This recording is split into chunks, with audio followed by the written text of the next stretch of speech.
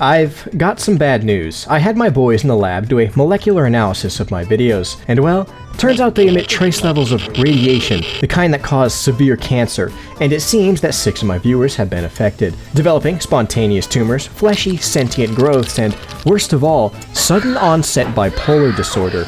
I feel vaguely responsible, so I've taken it upon myself to cure my viewers of their afflictions, by any means necessary. So, with duct tape, tweezers, and a faint understanding of human biology, There's a sterno. Oh. We can't remove that. I began my work. Let's meet our patients. Debons, head of medical and go-to tumor remover. Ferret, our miner. Everything Pony, our builder. Deathsue, our farmer. Finally, Faux Show Fizz and Lucky, our researchers. Because when your colonists are genetically predisposed to being a wimp, it's good to have a backup. Upon starting the game, Ferret caught cryosleep sickness and was immediately immobilized by a carcinoma. Then she threw up a piece of her lower intestine and needed to immediately be hospitalized. So far, a great start. We still have 5 other colonists that aren't violently convulsing on the floor, so all able-bodied men will be focusing on building shelter, growing food, and hauling garbage. Oh, and one thing I forgot to mention. The rapid mitosis that our tumors undergo generates a lot of heat, essentially turning everybody in this room into a space heater. If I don't act fast, our home will become a toaster oven. I immediately threw up a generator so we could power the AC unit directly next to Ferret's face, so she doesn't die of heat stroke while she's dying of internal bleeding. Now, with that squared away, it's time for some exploratory surgery to hopefully remove the tumors that's causing Ferret to writhe in agony, allowing her to once again stand up. Now, I don't know if you know this, but tumors are extremely painful and make you die. Having amplified pain sensors with extremely painful tumors is not a good combination to have. Thankfully, we have a handy-dandy solution keeping us from dying immediately, and a member of the local wildlife is with us now to demonstrate this ability. By valiantly giving back to our community, we are able to live another day. If I fail to do this at least once a day, there's a good chance anyone who collapses from carcinomas will not be getting back up. Then Ferret decided to demonstrate the second leading cause of death in this colony, a single mental breakdown. Ferret, with her newfound ability to walk, waltzed straight into an insect cave, getting shanked while in the process of consuming insect fecal matter. For the life of me, I will never understand why they do this. Luckily, Ferret managed to drag her carcass out of the cave so we could save her from her own stupidity. We're only 5 days into this challenge, and this is the second time she's been hospitalized, and because unconscious people can't transfer their tumors, I'm not confident she's getting back up anytime soon. Her tumors grow faster than we can cut them out, which begs the question, how can we revive her? Well, we have 3 options. Option 1, surgically remove each tumor one by one. Removing tumors takes a lot of time, more importantly, a lot of medicine. Medicine we currently do not have. Even if we did have the medicine, by the time the anesthetic wears off, she might have developed enough tumors to knock her down again. Which brings us to option 2, the you can't have a tumor on your leg if you no longer have a leg option. For obvious reasons, I'm not open to this one. It's hard to completely remove vital organs without her dying in the process, and if it did work, Ferret would just be a nugget with wooden stumps. Then there's option 3, getting rid of all the tumors at once. Now, this is an idea I can get behind. My current plan is to research bioregeneration, which in theory should heal all the tumors at once, allowing Ferret to return to life once more. But bioregeneration is quite far down the tech tree, so I put the boys to work.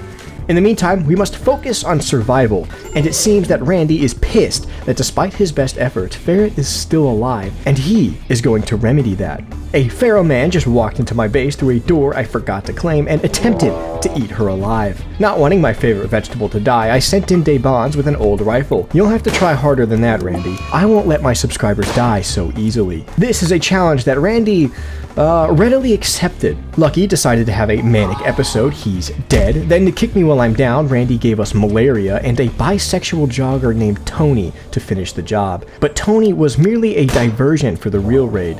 Debons shot the first one no problem, but the second one ate rifle rounds for breakfast. Realizing he was closing in, I sent in Deathsue and Fizz to give him cancer, but he countered my cancer transfer by shooting us in the face. A clever move, I'll give him that. Then, for reasons I'll never fully understand, the raider attempted to kidnap this cancer-riddled man with AIDS.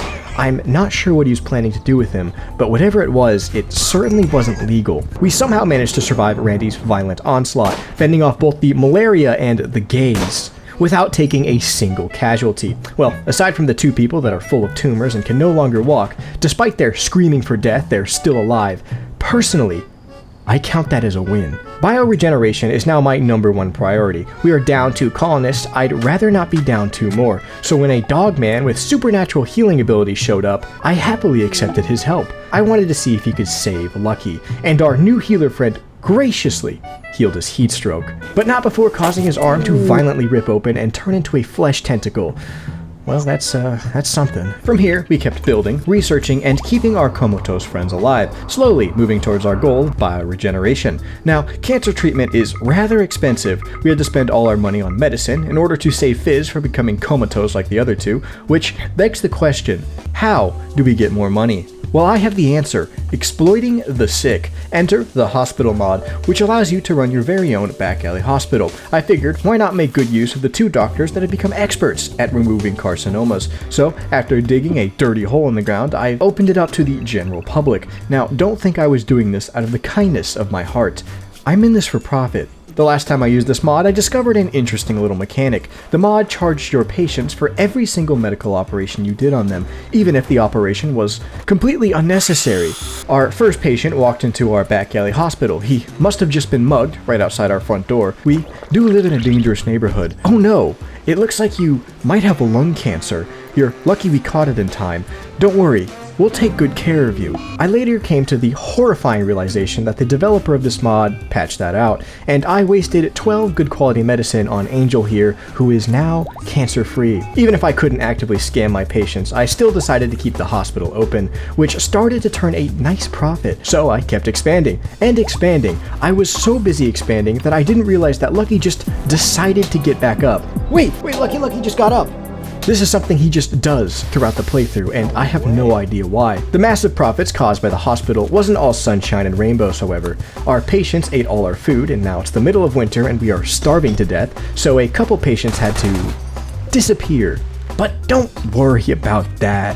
Meatloaf's on the menu tonight. The jump in wealth caused raiders to go from a man with a flintlock musket to 12 angry Neanderthals with pointy sticks. I was forced to use mercenaries to fend them off. I don't want to depend on mercenaries for this run, but I also don't want to lose 5 hours of my life to people with IQs on the southern end of the bell curve. I think it's time I start to build actual defenses. I also need to get rid of these gluttonous pigs that are my patients. We're completely out of food, and morale is terrible after eating last night's meatloaf. We had to beat Lucky into submission. Debon's brain turned to mush.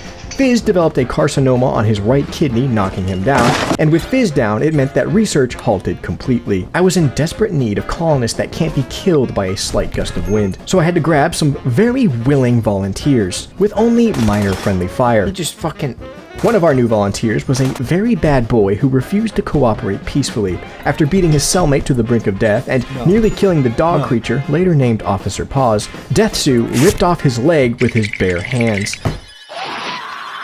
But a mere ripped-off appendage does not scare old Ninyak here. So after several more beatings, welcome to the team, Ninyak, my favorite homicidal crackhead. Please stop hurting us. Once again, Lucky decided to walk off stage 4 cancer, so with him and our new friend here, we were able to finally start researching again. But many of us are still incapacitated at the moment, so we threw a party. The party brought us a wonderful new friend.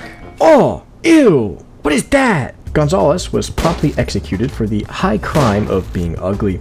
I guess we're going to have to make do with the crackhead and his battered cellmate. Come over here and kiss me on my hot mouth. Using what little money we had left, we bought go juice and supplies to build a multi-analyzer, and with that we finally have bioregeneration. We only had enough glitter world medicine to cure one person, so I chose Debon's. And well... Wait, it won't cure the cancer? Alright, I'm done playing games. Officer Paws, go get the hacksaw. And in my anger, I surgically dissected Ferret, ripping off anything that I deemed unnecessary. And when that obviously didn't work, I began to inject her with every single drug I had on hand, until finally, I reached Go Juice. I have healed.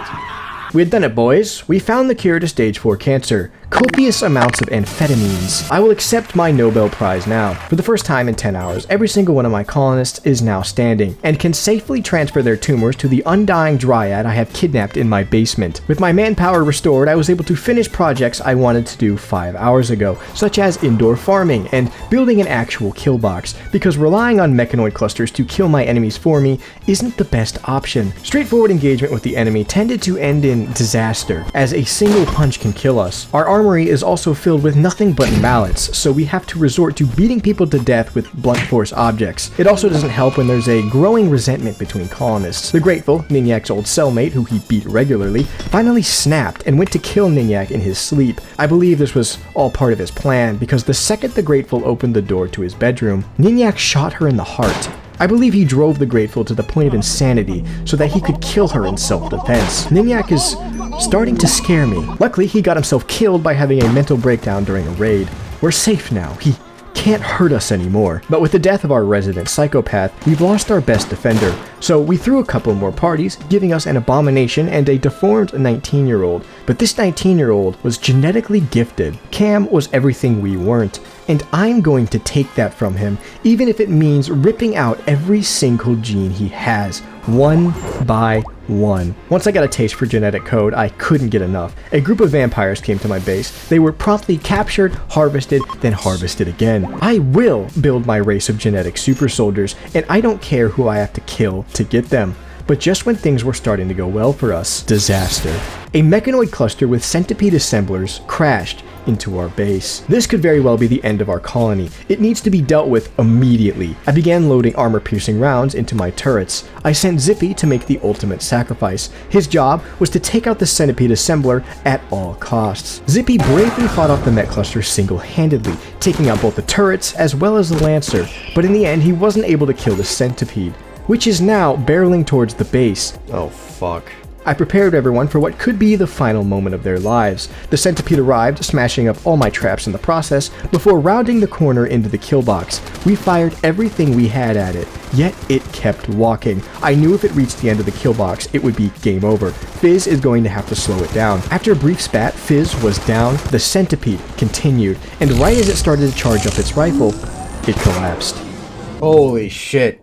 Oh my god. Oh, that was far too close. Well, we somehow survived, and the child super soldier program could continue. Look at that little freak.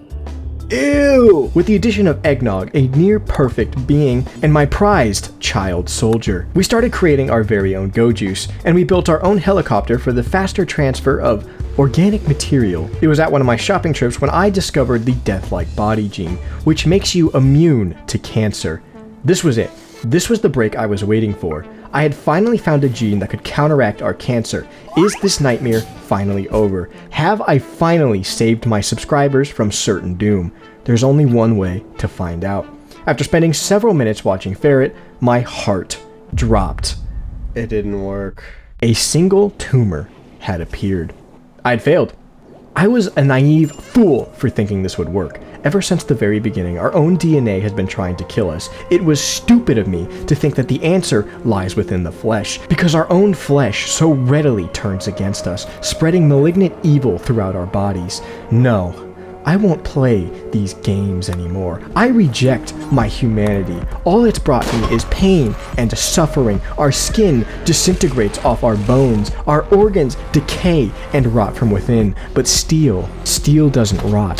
And it's time we start doing something about it. Using my extensive organ harvesting operation, we underwent a massive industrial revolution, gathering supplies for one single purpose: augmentation. I started with the brain. Those pesky little pain sensors are constantly getting in our way, so I removed their thalamus and cortex, replacing them with pain stoppers.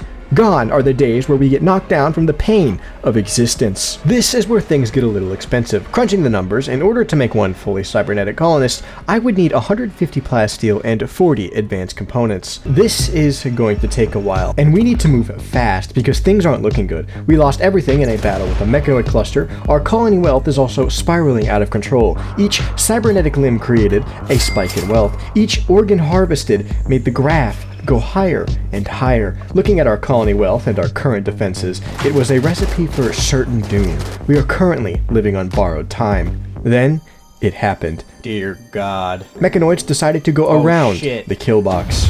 Once they began to breach the wall, I realized how jober it really was. As the mechs started to blast through the walls, I ordered everyone to pop a go juice. Debons was the first one there and began to hold the line. Eggnog was killed instantly. So much for my child super soldier program. Fizz followed suit, and as the mechanoids advanced, we were forced to retreat into the bedrooms. We needed all the help we could get, so I awakened Child Soldier 2, who is still very undercooked. While the bedroom boys did their best to hold the line, I saw the thermite leave the pack. Oh shit, they're in the base. This was our shot at killing it. If we could kill it, we could possibly fend off this raid. Lucky rushed into the infirmary where it was currently hiding, but alas, he was too late. Run! No! I called it here. We're fucked. But not as fucked as Deathsu and Debons, because the thermite is now aiming right at the wall. Deathsu began to claw at the wall for a chance at getting out of here alive, and right as he broke through, the thermite blasted through the wall behind him. This caused Debons to run away from the safety of the bedroom into the hallway with no cover. As it turns out, he made the right decision, leaving his friend to die by firing squad. The hospital is lost. It's time for us to leave. As the others made a run for it, I had Child Soldier 2 stay behind. Here, 11-year-old boy, take this. Now, go kill that tank. This 11-year-old boy's job is to hold the line for us to escape. He didn't do a very good job. I loaded everybody onto the escape chopper, only to realize that Debons wasn't inside. Oh fuck, we forgot Debons. Stop the shit, we forgot Debons. No, stop. No. With nowhere left to run, he had one option. Fight until the end. Oh, that was anticlimactic. There were only 2 survivors from the raid on the hospital, Ferret and Officer Paws. The future is uncertain. The cure is still not found. Will these 2 make it, or will they die in agony because it's negative 12 degrees outside, and it's not even winter? Only time will tell. Special shout out to Anton, my first true capitalist. Thank you for giving me your hard-earned money, and I will see you next time.